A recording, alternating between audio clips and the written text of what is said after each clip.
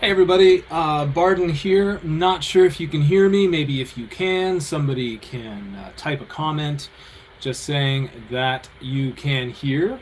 And just want to let you know that I will be right with you. I'm just going to make a PDF of the presentation that will be broadcast tonight so that you can all download that. So just give me a sec and I will make that happen. I will be right back and I'll be right with you. And again, if you can hear me, let me know.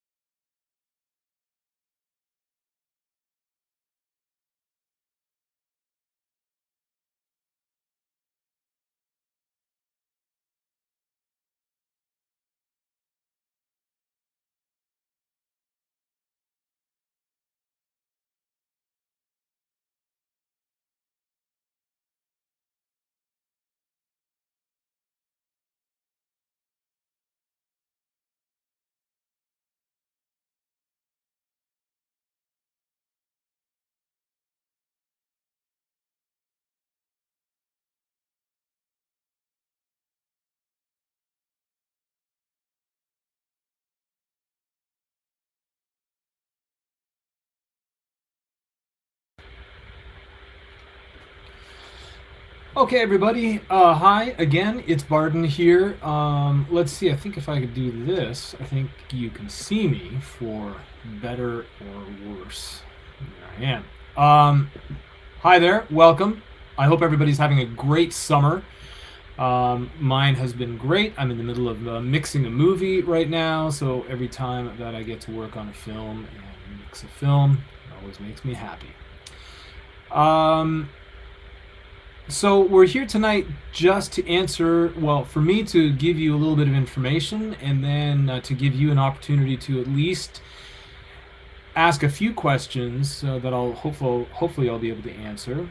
And if we don't get to answering all of your questions tonight, or if you don't get to get a question sent through on the chat, by all means, email me, set it up over Twitter or whatever, and we'll make sure that we get your questions answered.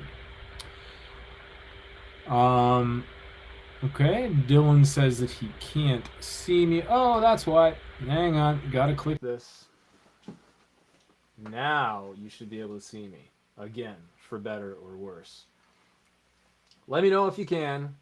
I'll have a drink of Diet Coke. I promise, it's just Diet Coke.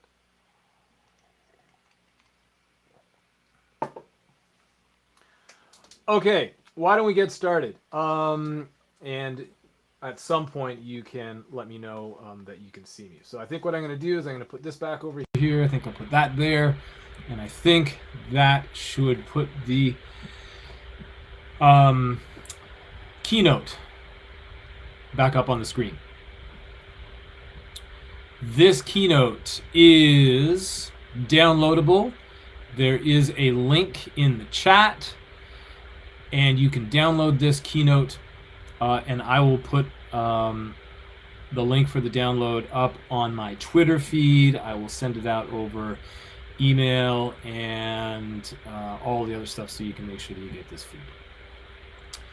Or sorry, so that you make sure you get the PDF.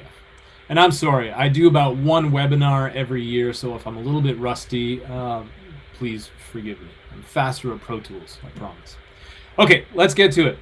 So, first of all, the good news, and it is good news.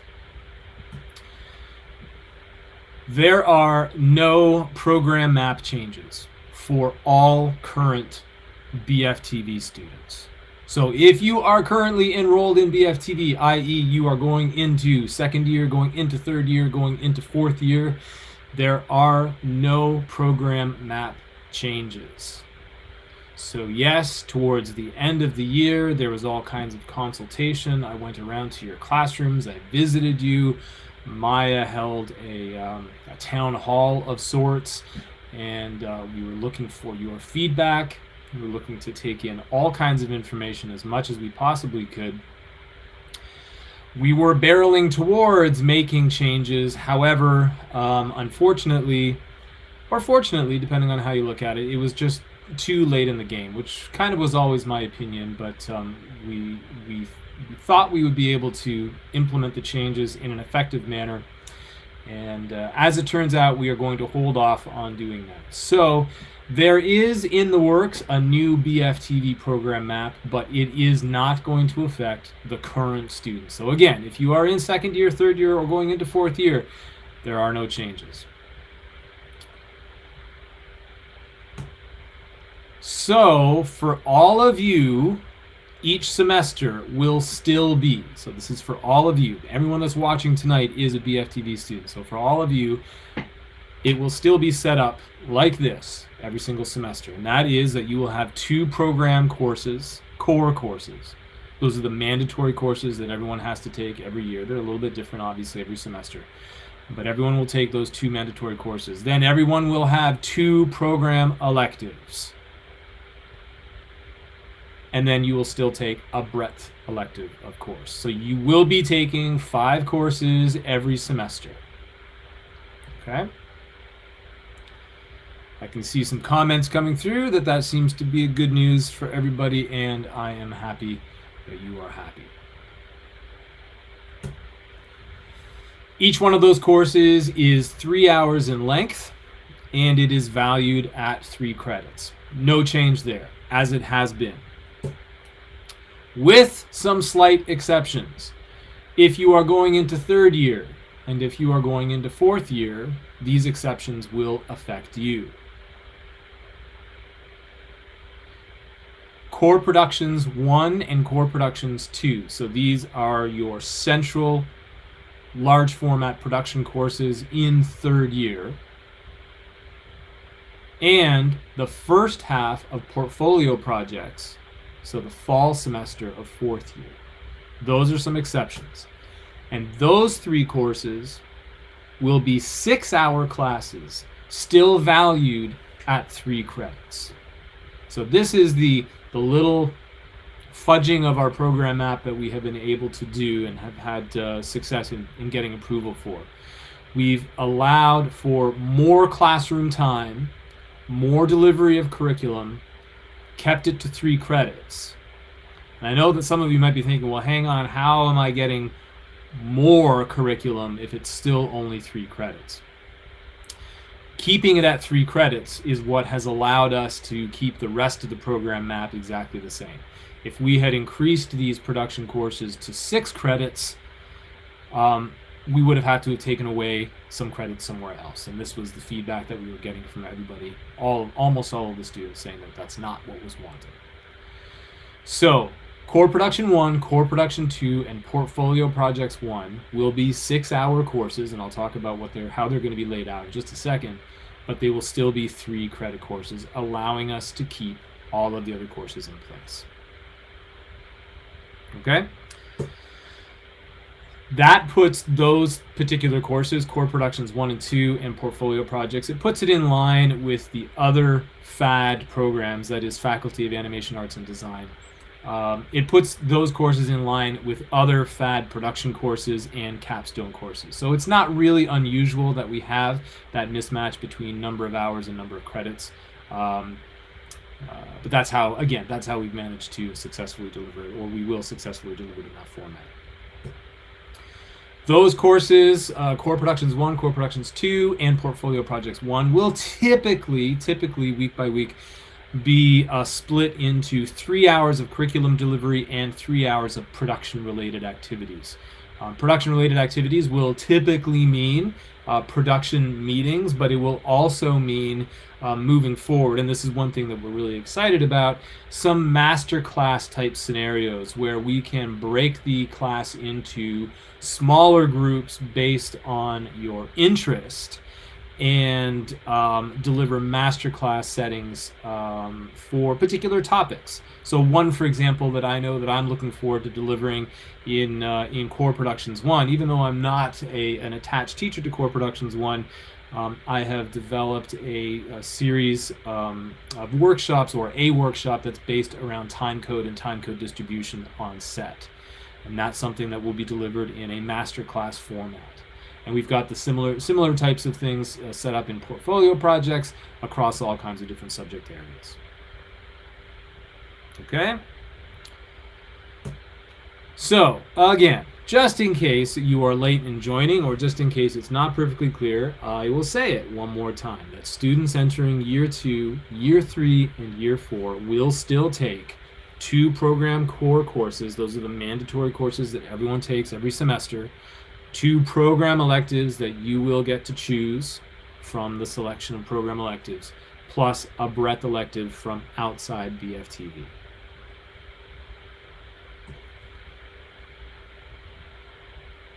Right? Everybody's happy. Let me just take a moment for that to sink in. Maybe Year 3 and Year 4 students will hang up now, or click offline, or surf over to another website, I'm not sure. But I can certainly sense that there is a reduction in the collective angst in the universe. Hopefully everybody is happy. Why don't I pause for a moment? I know that there's always a delay with these webinars that go out, so why don't I pause for a moment, and if there are some questions, you can pop those up in the comments field. And I will take a pause, and I will have a drink of my Diet Coke.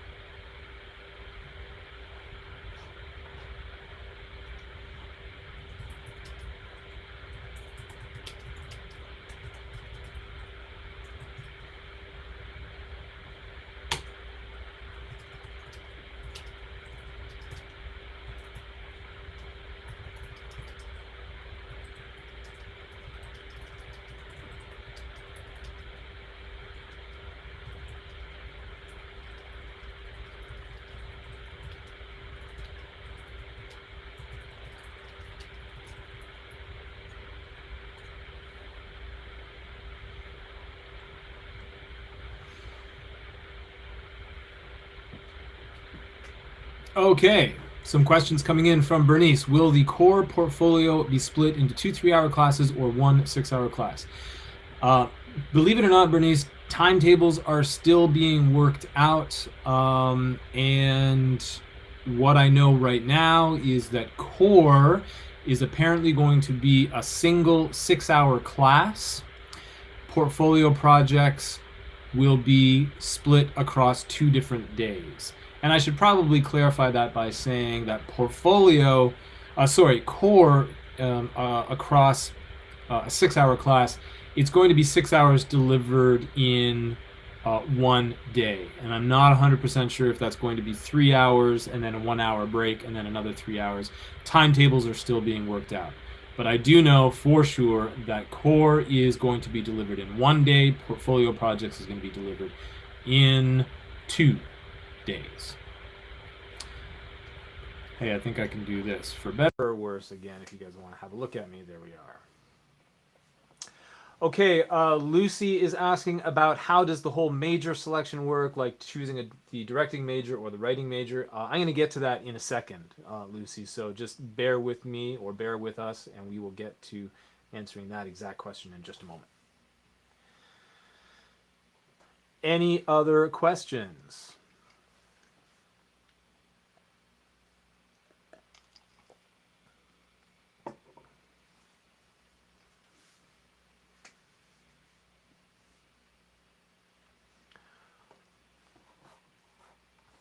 I'll take this opportunity to scroll back through some messages. Let's see. Is there going to be a Squarespace commercial? Boy, I hope not. Nor will there be a Dollar Shave Club, as you can see. Isaiah, yes, there is supposed to be sound. Hopefully you can hear me now. Keanu. Very good, very good. All right, Emma, what happens if the stream we want to major in fills up? I've heard from some older students that can happen. Yes, it can happen. That's why it behooves you to wake up really early on course selection day. And we're going to talk about course selection day in a second. But yeah, you got to get up early for that. Tyler, what did I miss? Well, we spent the first 5 or 10 minutes talking all about Keanu Reeves and John Wick. Did a plot breakdown. We looked at some special visual effects, talked about the sound design, and wrapped it up by spoilers for John Wick 4. So I'm sorry that you missed that. Krivun, how nice to see you or hear from you. Are we going to get more core portfolio profs due to doubling the class time? Currently, there are, I believe, 5 attached to each course. Will portfolio be running any different from core 2? Key roles on projects still be tied for elective classes? I think, Declan, you are asking if they'll be tied for elective classes. No, portfolio is not tied to the elective classes, but it is important to note that in order to have a particular key role, we do trust and we do expect that you will have had training in that particular key role. So for example, if you want to be a DP on a portfolio project, the expectation is that you will have taken camera courses before. If you want to direct a portfolio project, we expect that you will have taken directing courses before. The fine details of that will be explained at the beginning of portfolio class, but there is not a direct tie-in between portfolio projects and the elective classes that you'll be taking in fourth year. Let's see. Trent, so I don't know if I missed something, but what are core and portfolio? So core productions 1, core productions 2, that's the third year production course. Portfolio projects is a fourth year production course. So Trent, I think you're going into second year, so that doesn't affect you at this point. Amanda, can third, fourth year students still go back and take second year courses if we want to go back and learn something new? Yes. Simple answer. Yep. Circling back, still allowed, still can do it. And Hannah, nice to see you too.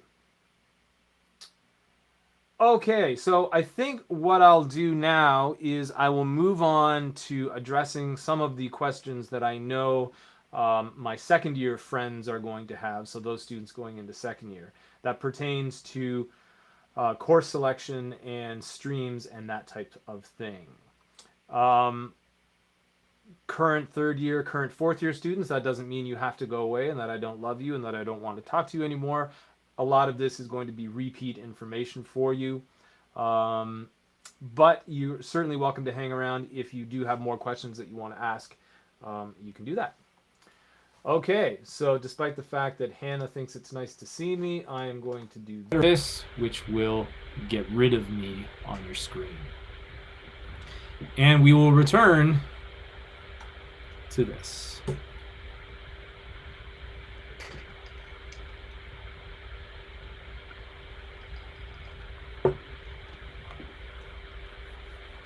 Okay. What electives to take and how to select them. So again, this is directed mainly at students going into second year because this is a brand new world for you or new information. But again, third and fourth year students, you're welcome to hang around and keep on watching. Please note that all of the dates and times that I'm about to give you are subject to change. The summer semester is not finished yet, and as the summer semester is finishing up, there is always the chance that some dates and some times for things like course selection, there is a chance that they will change. Generally speaking, they don't, but I just do need to put it out there that right now this is all tentative information. Okay, so when do we select courses? When do we select courses for the fall? For most students, for most BFTV students, course selection will happen at 7 a.m. Eastern Standard Time. So that's 7 a.m. Toronto time on Friday, August the 16th.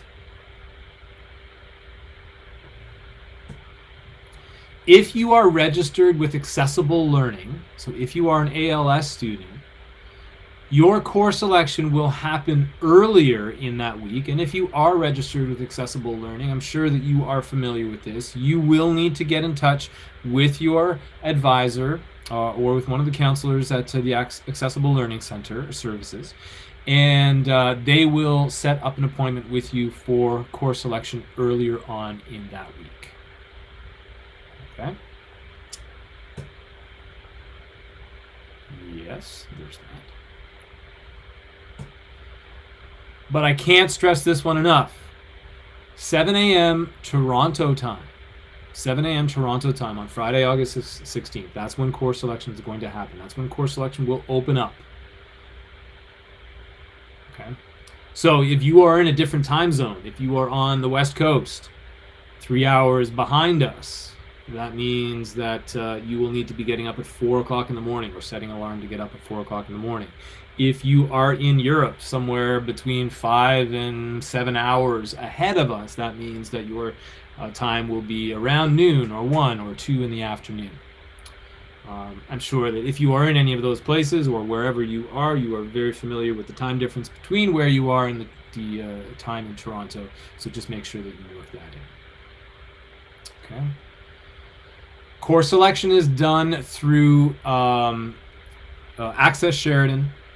There are tutorials on how to do so. There are tutorials on how to set up your timetables, select courses.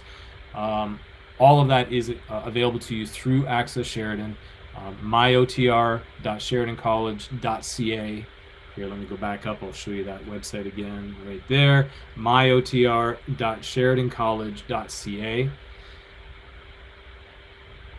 will take you to the website of the Office of the Registrar, and that website will have all kinds of tutorials on how to set up your timetable.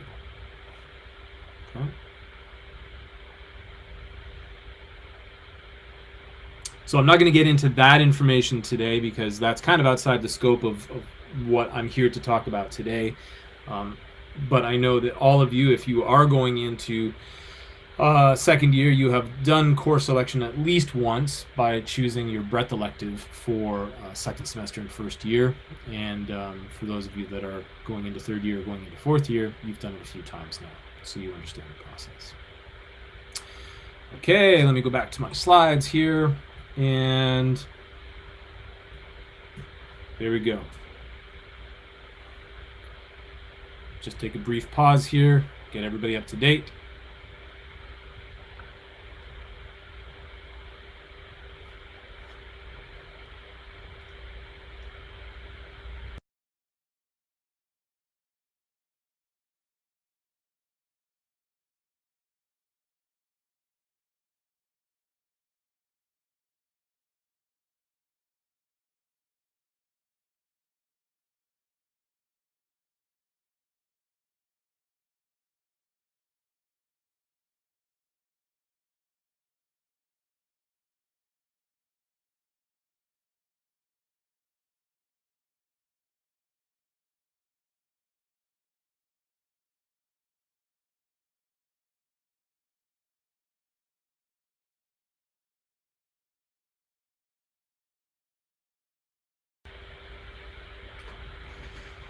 Okay, everybody, hopefully is back up to date, caught up here.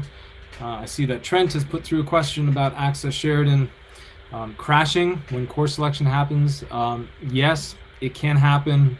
The internet breaks. Sorry. I mean, I don't mean to sound to make that sound aloof in any way whatsoever. It just, those are things that are outside of our control, obviously. If you are in the process of selecting a course and there ends up being an issue with Access Sheridan, just get back on as quickly as you can. I know that probably doesn't sound all that helpful, but it's about the best I can offer, I'm afraid. All right, so again, talking mainly to students going into second year, some of this is going to be refresher information and some of it will be brand new information to you. So let me just point out that in semesters 3 through 8, so that is second year through fourth year, every single semester has the same basic structure. That is, you're taking 2 required courses, 2 mandatory courses, what we refer to as program core courses. You're taking 2 program electives and you're taking 1 breadth elective. The breadth electives are outside of the scope of BFTV. They are offered through other schools, the School of Humanity, Arts and Sciences within Sheridan. They don't have anything to do with BFTV. The program core courses and the program electives are the ones that we're here to talk about today. So every single semester you take 5 courses, 2 required courses, 2 program electives, and 1 breadth elective.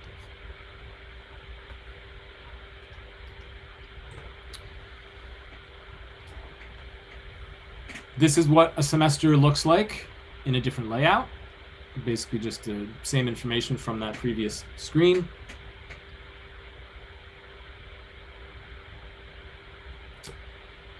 This is an example of what semester 3 looks like. So this is first semester, second year.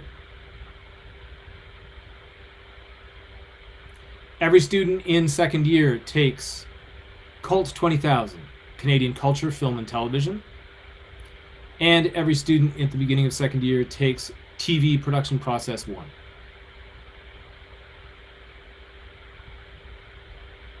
Then every student has 2 program elective slots that they can fill. And this is the beginning of choosing your quote-unquote major, which we're actually technically not allowed to call them majors quite yet. We are pushing towards that in terms of nomenclature. So what we refer to them as now is we refer to them as streams. So there are 5 principal streams. So that is writing, directing, cinematography, editing, and sound. And then there is kind of this other mini stream, so to speak, that starts off with a couple of second year courses called Digital Suite 1, Digital Suite 2. So every student can take 2 electives every semester. So in semester 3, at the beginning of second year, semester 3, the beginning of second year, you are going to take one of writing, directing, cinematography, editing, sound, or digital suite. That's going to fill your first program elective slot. Then you'll take another program elective from the other streams that you didn't choose for your first program elective. I'm going to go through some examples of that in just a second, which will hopefully clarify that. Okay. Then there's your breadth elective, and again, that is a non-BFTV course. You choose that outside of BFTV.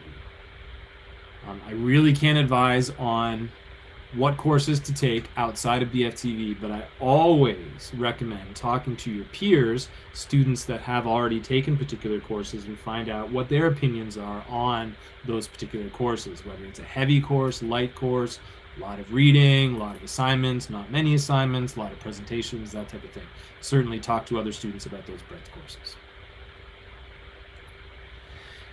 It's at this point, as I mentioned, that we start to, or that you should start to think about what streams you want to focus on while you're in BFTV. So what I'm going to do over the next few slides is I'm going to show you some examples of what you might want to take over several semesters if you think that you want to go into one particular area within your career. And I'm going to give you some examples of those. Okay. All right. Oh, and by the way, those are the courses that you will officially choose in August.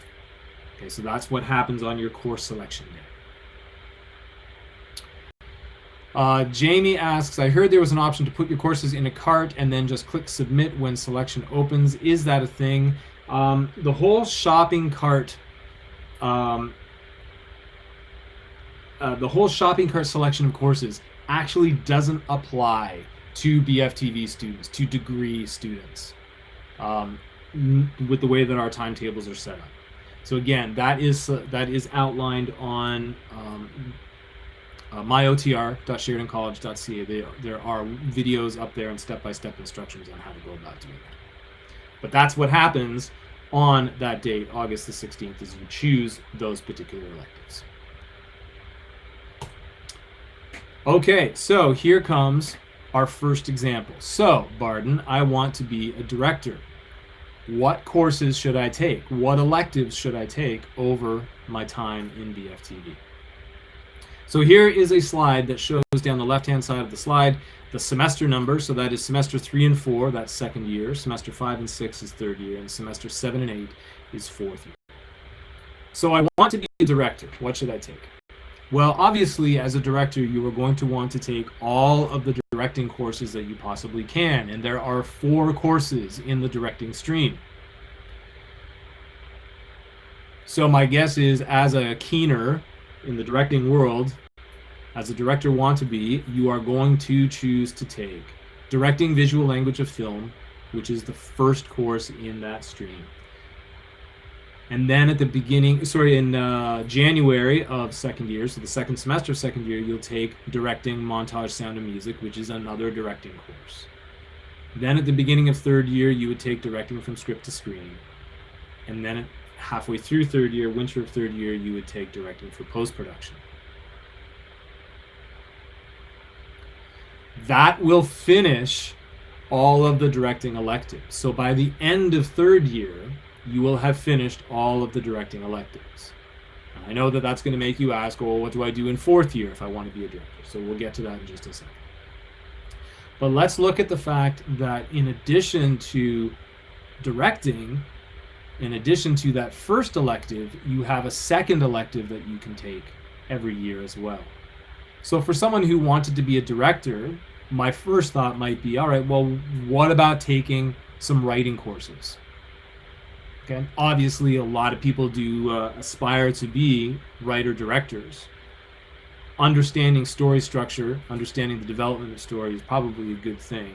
Certainly within the film school system, getting used to writing in a short form is a good thing, and that's actually what that very first writing elective is writing the 7-minute screenplay, which is a continuation of the writing course that you took in first year. So you might want to take that as well as doing visual language of film, directing visual language of film. You might want to do writing the 7-minute screenplay in the fall of second year. Then in the winter of second year, going on into directing montage, sound, and music, you might choose to take writing, adaptations, and documentary, which again is the next writing course in the writing stream. Moving into third year, then, you would have a choice at this point.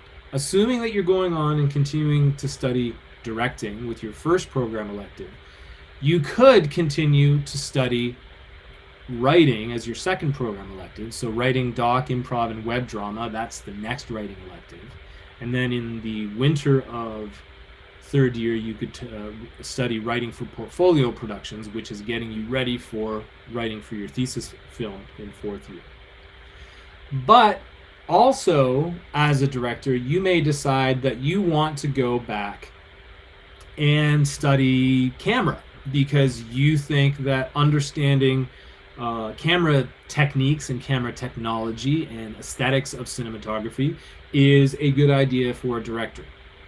And I couldn't agree more. I do agree. I think it is a good idea. So you could go back then and pick up what you might refer to as second year camera, so i.e. camera and lighting and cinematographer's art. Those are the first two courses in the camera stream. You could go back while you are in third year, you could go back and pick up those quote unquote second year camera and lighting courses. And if you wanted to continue on with camera and lighting, that's an option.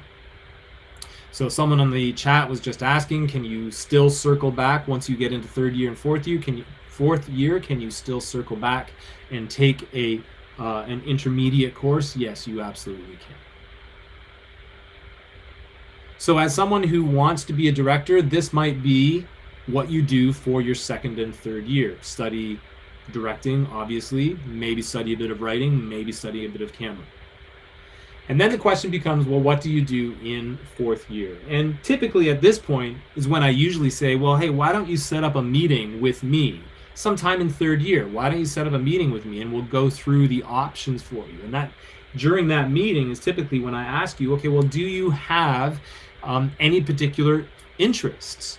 So if you are interested in being a director, are you interested in directing documentaries, for example? Or do you think you really want to direct corporate video or films that include a lot of visual effects or special effects? And if, depending on whether you say yes or no to any of those options, then I would push you towards taking other electives within BFTV. So perhaps you want to circle back and pick up editing.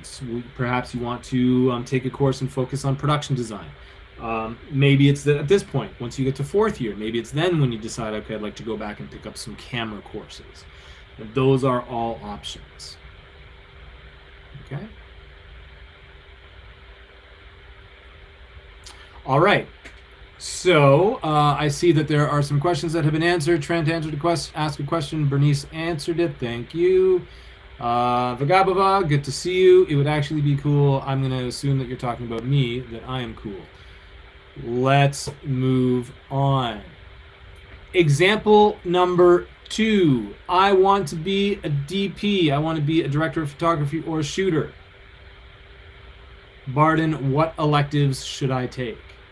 So, the first elective is the easy one, much like it was with directing. Camera and lighting is the first course in the camera stream. Then we move on to a course called the cinematographer's art.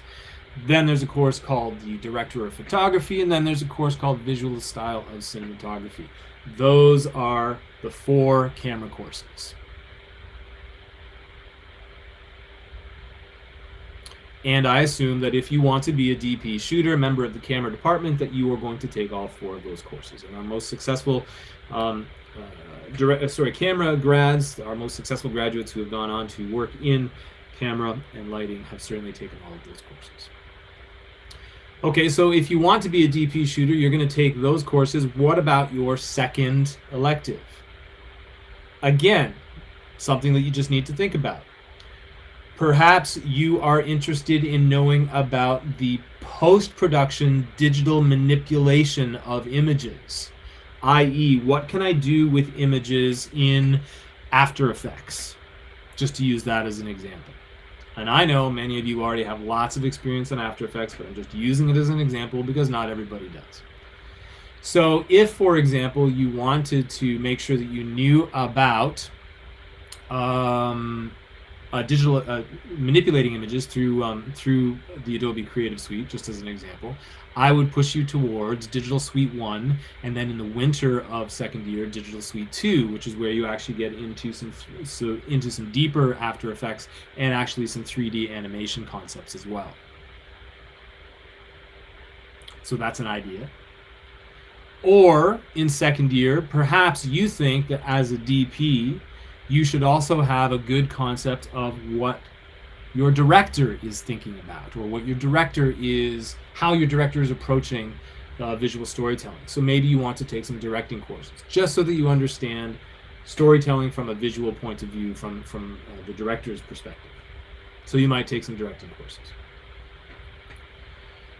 Get into third year. Again, I mentioned you're going to continue on with the camera electives in third year, but perhaps for your other electives, perhaps you want to look at production design. Production design has to do with everything that appears within the frame of the camera. So maybe that's something that as a cinematographer, as a DP, you are interested in. Maybe you think that you want to be a DP working in the world of documentary, working in the world of corporate video, working in the world of lifestyle television. Well, shock and horror, you might actually need to know how to record sound at some point. So perhaps as a DP shooter, when you get into third year, you might go back and pick up some sound courses. So you might go back and pick up the first sound course, which is called Location and Studio Recording. That's offered in the fall semester. You get into the winter semester of third year, maybe you want to look at a course called Experimental Practice, which will allow you to kind of push the boundaries of cinematography and push the boundaries of camera work a little bit. That's an elective that's available to you in third year, in the winter of third year. Maybe you're also keen on understanding things behind the scenes, i.e., paperwork, agreements, scheduling, contracts, that type of thing. So maybe production management and assistant directing is an option for you at that point. Again, these aren't set in stone. These are all options to you. I hope you're starting to get the idea that much of this is very flexible and open to your interpretations.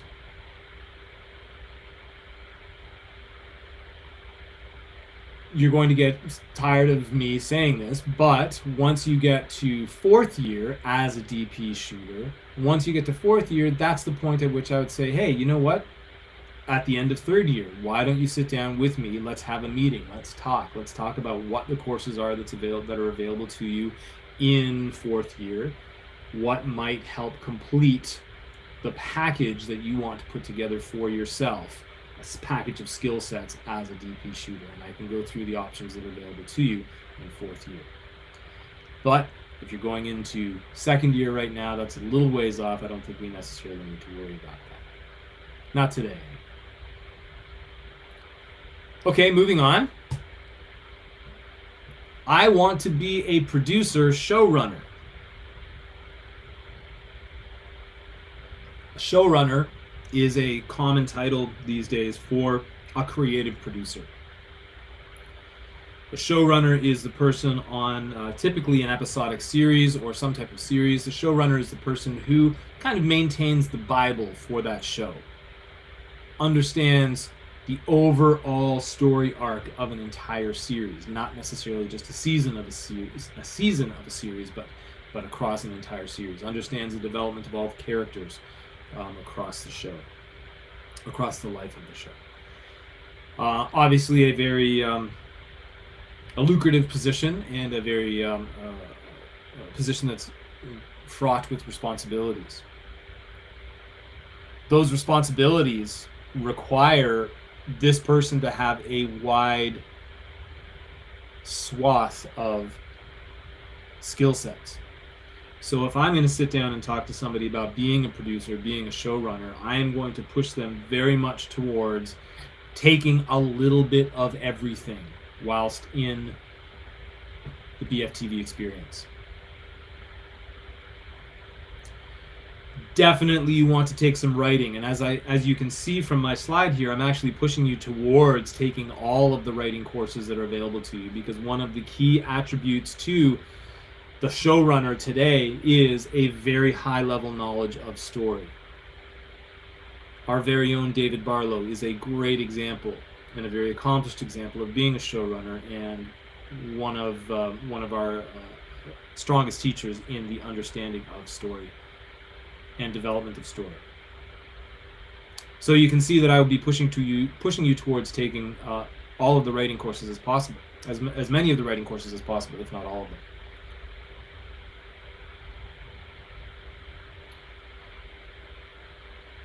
For your second electives within the world of a showrunner, again, I urge you to know a little bit about everything. If you're thinking of becoming a showrunner in the lifestyle or reality world, I would definitely push you towards a very solid understanding of editing, because those shows are created in the cutting room. If you think you want to be a producer showrunner that can go out with your crew, a very small splinter crew, for example, and go out and shoot, you would probably want to know how to put a camera on your shoulder and shoot, how to set up basic lighting for a sit-down interview or for a quick segment of B-roll. So in that case, in second year, I might push you towards doing some camera courses.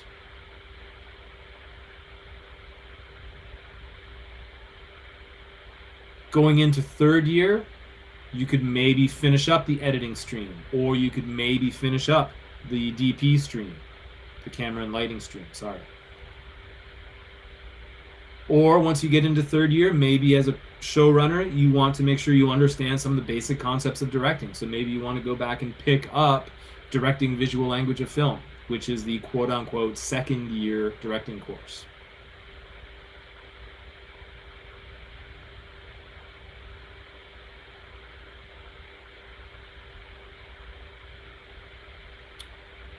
Fourth year becomes the world of options for the producer showrunner. We have a course that's called The Producer. You might have actually decided to take that earlier. Maybe you decided to take that as your fall elective in second year, or your fall elective in third year. Cool. If you haven't taken it yet, you could absolutely take it in fourth year. Maybe you want to have an idea of how visual effects get integrated with live action. So we have a course called Visual Effects Integration, which is kind of the third course in the visual effects or digital mini stream. Visual Effects Integration is a course that is designed for people who want to understand how visual effects get integrated on set when doing live action photography or live action cinematography.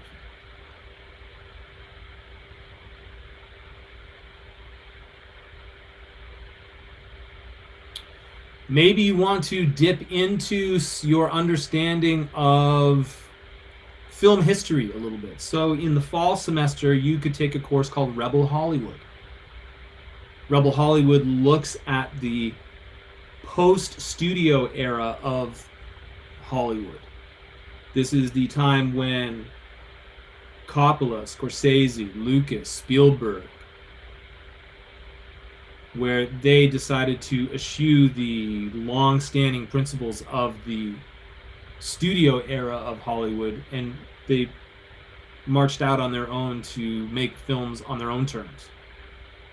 Obviously, not a bad era of Hollywood to have a good understanding of. It's another course that's available to you called Activist Documentary, which again is what we would typically refer to as a theory course, but again gives you a greater insight, greater depth into that area, that genre, activist documentary.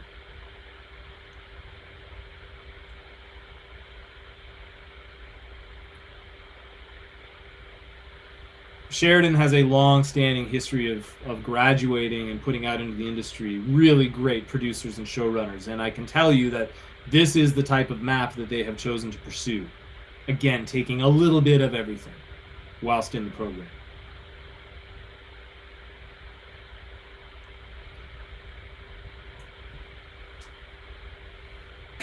Speaking of great legacies coming out of Sheridan, we certainly have turned out a lot of great documentary filmmakers. So, Barden, example 4, I want to be a documentary filmmaker. I'm sure that probably a lot of you can figure this out right away. Many documentary filmmakers these days put the camera on their shoulders and they go out and shoot their docs themselves. So understanding how to use a camera, how to light a basic interview is a critical skill set. So you'll definitely want to take some camera courses.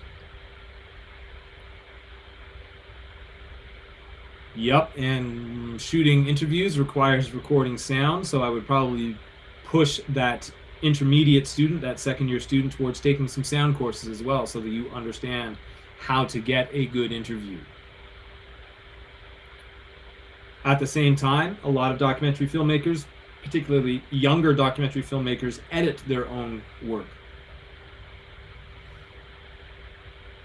So understanding the basics of editing, intermediate level editing skills, getting into Avid is a skill set that I would definitely recommend as well. So perhaps you decide to take nonlinear editing systems and aesthetic principles of editing in second year.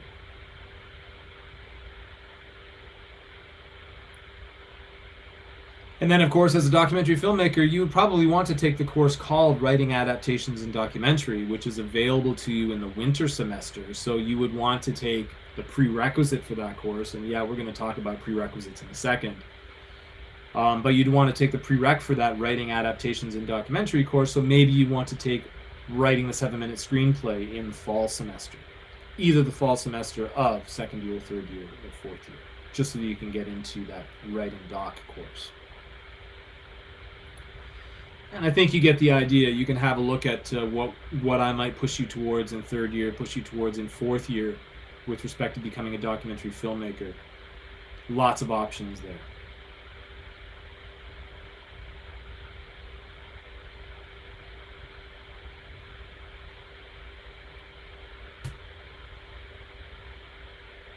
All right, I'll leave this screen up here for a second. This is a program map. I'm going to talk about that in a sec, and I'll just turn back over to the chat here and see if there's any questions that have come up.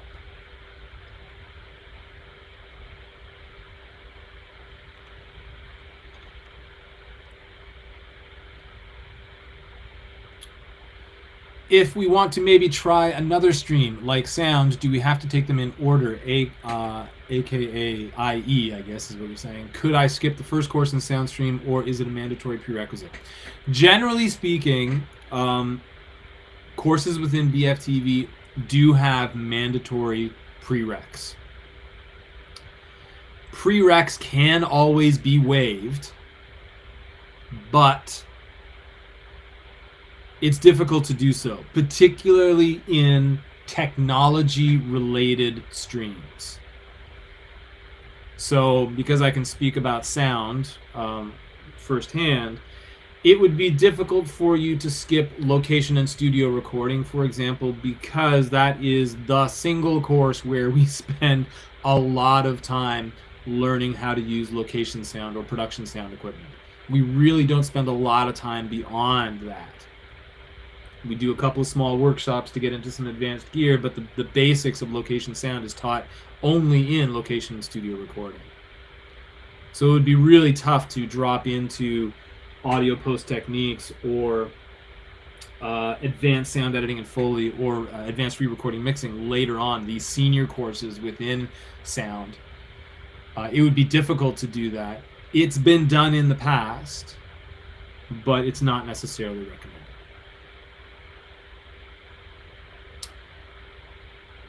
And look at that. That's what Bernice answered in the chat. Well done, Bernice. Thank you.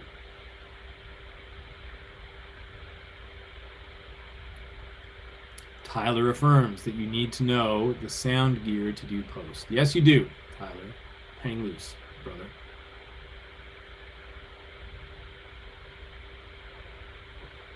Okay, let's get back to the keynote presentation that is still streaming. The next slide that I put up here, I'm probably actually going to get in trouble for putting this up because it is draft, although it is an accurate draft. And this is just going to give you an outline, an overview of what the entire program looks like. And it's basically telling you the same thing that I've told you so far. Every semester has two mandatory courses. Those are the ones that are on the left-hand side of the screen with the white background. Every semester has 2 program electives that has kind of the, what color is that? Terracotta? Peach? I don't know. The other two, the 2 colored squares there, those represent the program electives that you would take. And then the greenish blue aquamarine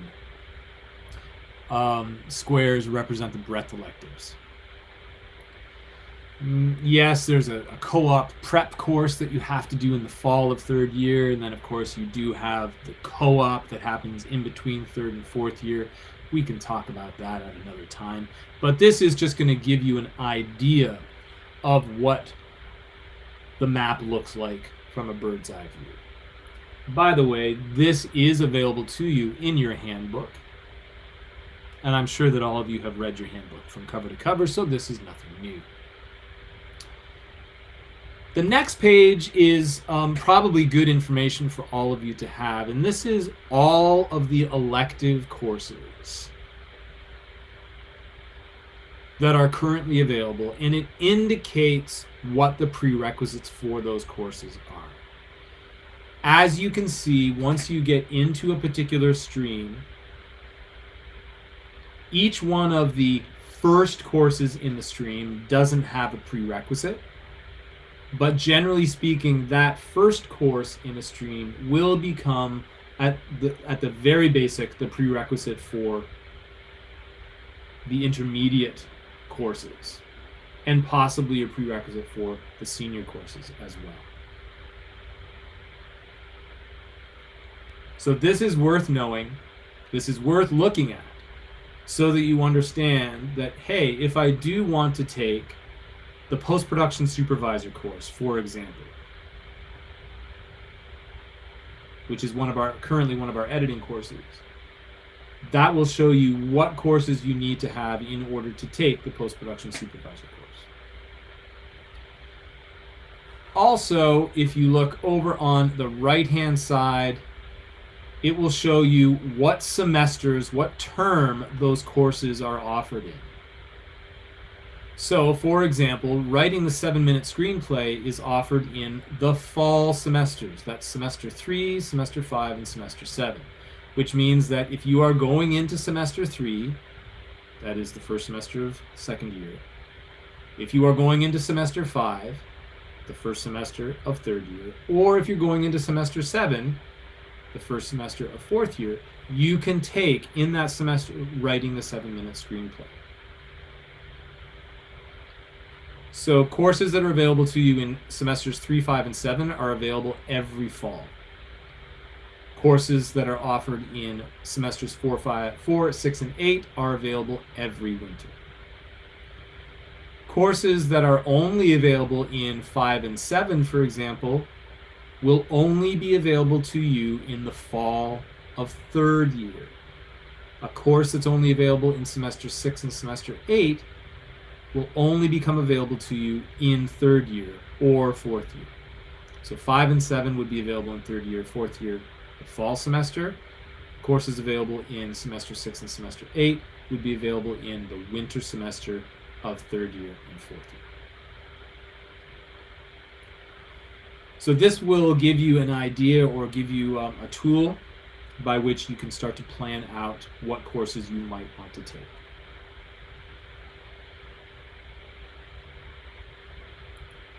One question that often comes up is there the chance of any of the fall semester courses being available in the winter? And I will give you a vague answer right now, and I will tell you that that is something that we are working towards. And I think I intimated this towards the end of the academic year this year, where I was saying to you, where I was saying to certainly the first year students going into 2nd year, and I think the 2nd year students going into 3rd year as well, that we are looking at opening up prerequisites and also remapping some courses so that they're available in both semesters, not just one or the other. I can't tell you that right now that is going to be in place for fall of 2019, but it is something that we are actively looking at and hoping to pursue.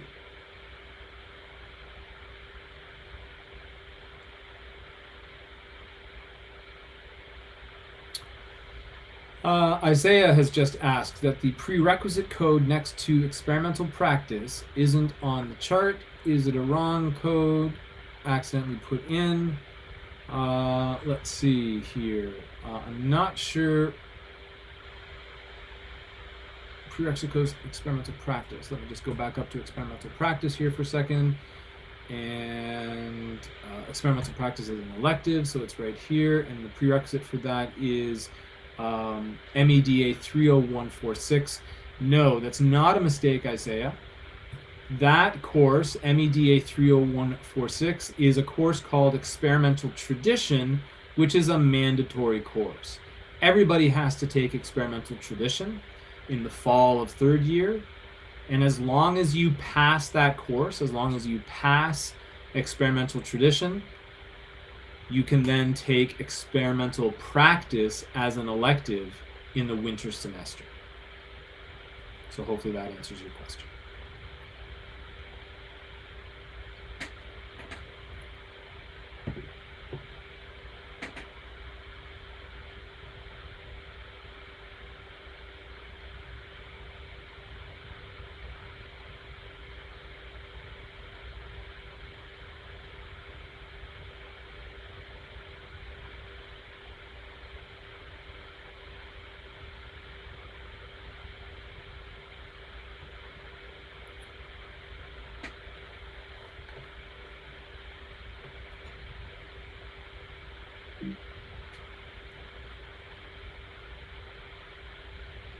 Okay, so that brings me to the end of the webinar officially.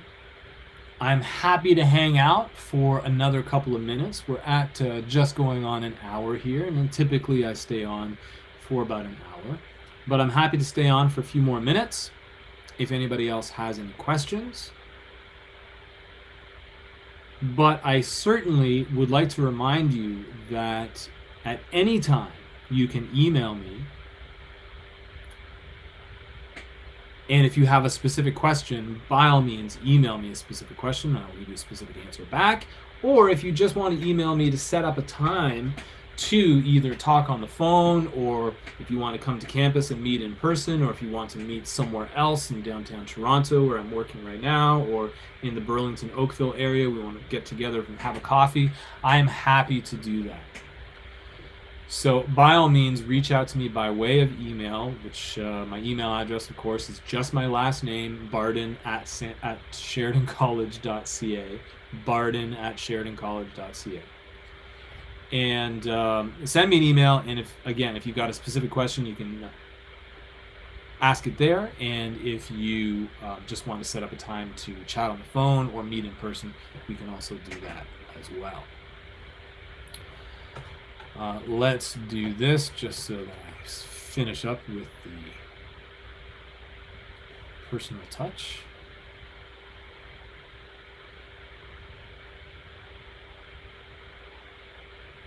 There we go. I'm back. Sorry, you've got to look at me again. My bad. A couple of questions have just come across. Cool. So let me answer those. Isaiah asks, will there be any workshops like last year in which students can join and learn something you wouldn't normally, such as learning how to shoot with film cameras? Yes, those special little workshops will always be there. They're typically little passion topics that particular teachers are interested in and want to get other students interested in as well. So yes, those types of workshops will definitely be available. The cool thing is with the restructuring of core 1 and 2 and portfolio projects, we hope to actually integrate some of those topics into those courses so that they actually become part of the curriculum and you actually get credit for taking those workshops instead of just signing up for an ad hoc workshop and not really ever getting any record of it. Let's see. Gabava, you're welcome. Sasha says, do accessible learning students register for classes on campus or online? Sasha, ALS students have to go to campus. You have to set up an appointment to do it in the office of the registrar. You can set up that appointment electronically, but you do actually have to go to the office of the registrar to do that appointment and to set up your timetable. Tyler, I will happily ignore as always. Any streams, Jamie asks, any streams that you recommend we don't try to take in the same semester if we are interested in keeping our sanity? Ooh, that's a loaded question. I'll put it to you this way. If you are worried about your GPA, and you should be because you're in school, of course.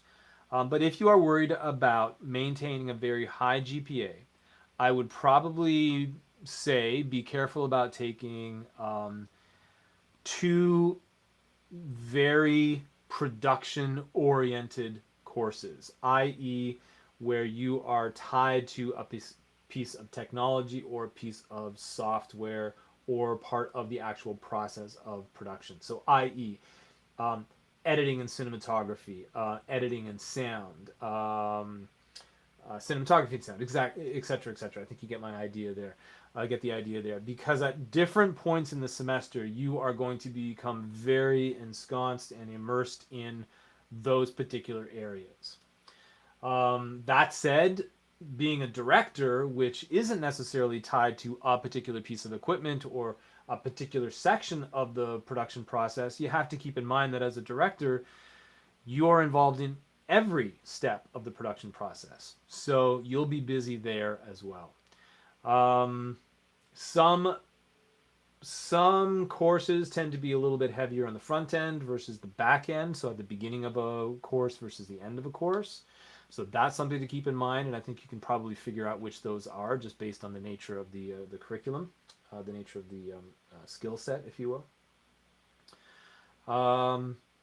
But the best thing, I think, Jamie, that I can push you towards is talking to senior students, talking to students that are going into third year, going into fourth year. If you can find alumni that will chat with you, find out what they did, find out what their experiences were, and find out specifically what type of person they are. Because if they're the type of person like you, they may be able to give you an idea of where their stressors were at any given point during BFTV. So I hope that helps a little bit. Isaiah asks, do I know if there is anything in the works for those interested in lighting, gaffing, specifically in terms of possible courses, workshops being offered? I can't give you any specifics right now, Isaiah, but yes, that is something that we are definitely focusing on. Moving forward downstream even farther, like a couple of years, we actually have a reworking of the lighting and camera stream that will introduce an electrical gaffing course in particular. In the meantime, we will continue to focus on workshops within particular courses to allow for those skills to be introduced. But we're certainly aware of that as being a deficiency that exists when you look at the map on paper. But we certainly know that it is something that needs to be introduced. So we do so by way of workshops within particular courses. Let's see. Vagabava asks, will we have invited guests? Yeah, there's always guest speakers, always. Particularly in Core 1, Core 2, and Portfolio, there's a lot of guest speakers that come into those classes, but individual craft teachers will have a lot of guest speakers as well. Cool. All right. The questions have trickled to a stop. So I think I will take this opportunity to sign off. I will wish you a very happy rest of the summer. Again, I remind you that course selection happens on August the 16th, Friday, August the 16th at 7 a.m. Please set your alarm. And again, if you are in a different time zone, if you're on the West Coast, if you're in Europe, anywhere else, please make sure that you account for the time difference and set your alarms accordingly. Tutorials for how to select courses are available on myotr.sheridancollege.ca, myotr.sheridancollege.ca, and you can find tutorials on how to select courses there as well. Cool. I think that about does it. I really don't know how to end this thing, so I'm going to have to figure that out in a sec. What I will do is I'm going to put the welcome page for the keynote back up on the screen, and I'm going to turn my microphone off, and then as I'm fumbling around on how to figure out how to stop this thing, at least I won't be embarrassing myself. So have a pleasant rest of the summer. Go see lots of films, watch lots of television, and get back to school in September safely and with a lot of energy and ready to get back to creating a lot of great film and television content. All right. Love you all dearly. Have a great rest of the summer, and we will see you soon. I'm going to do this. I am going to do this, and I'm going to sign off. Have a good night, everyone. Ciao.